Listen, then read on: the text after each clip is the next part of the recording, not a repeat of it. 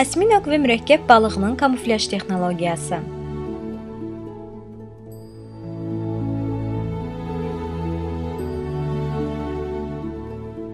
Allah bəzi canlıları yaşadıkları mühitdəki düşmənlərindən gizlənmək üçün müəyyən formada və naxışlarla yaratmışdır.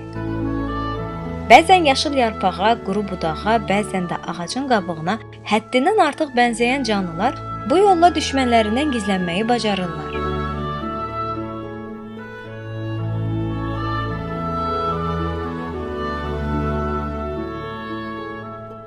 Allahın bu canlılara verdiyi kamuflyaj bacarığı o qədər mükəmməldir ki, hər hansı formanın bitkiyə yoxsa heyvana aid olduğunu anlamaq və ya o mühitdə canlını seçmək demək olar ki, qeyri-mümkündür. Kamuflyaj xüsusi şəkildə planlanıb yaradılan müdafiə mexanizmidir.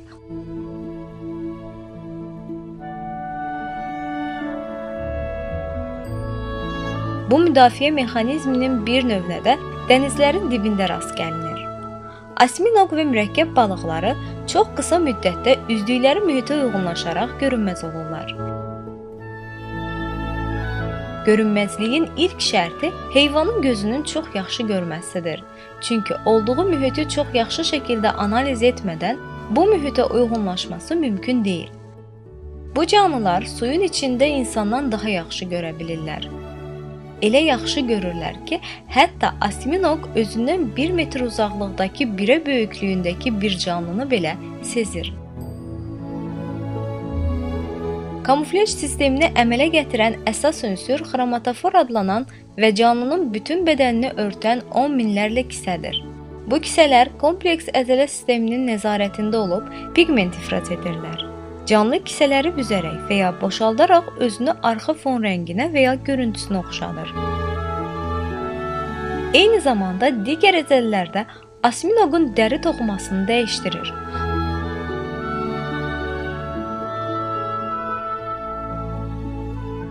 Bu, bir-birini qüsursuz şəkildə tamamlayan çox sayda hissənin qüsursuz şəkildə idarə edilməsi ilə işləyən sistemdir.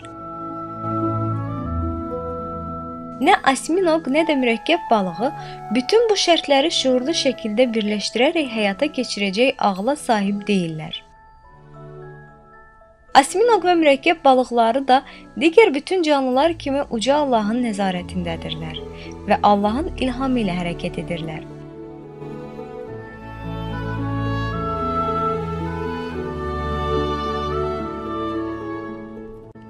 Mühəndislər osminoq və mürəkkəb balıqlarındakı bu qüsursuz kamuflyaj texnikasının müdafiə sənayesində istifadə etmək üçün çalışırlar.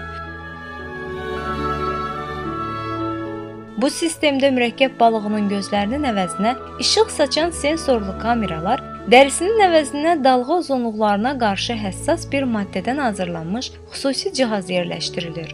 Mürəkkəb balığının dərisini nümunə götürərək hazırlanan tank və sualtı qayıqla bunun sayəsində dənizin altında gizlənə biləcəklər. Mürəkkəb balığı və osminoqlardakı kamuflyaj texnikasını təqlid edərək gəmi və sualtı qayıqlara tətbiq edilməsi yüksək mühəndislik qabiliyyəti tələb edir. Halbuki təbiətdəki bu canlılar nə rəng dəyişdirmək, nə də bundan istifadə etmək qabiliyyətinə malik deyillər. Təhsil alaraq bunları öyrənmək imkanları da yoxdur. Bütün canlılar kimi onlar da Allahın ilhamı ilə hərəkət edirlər.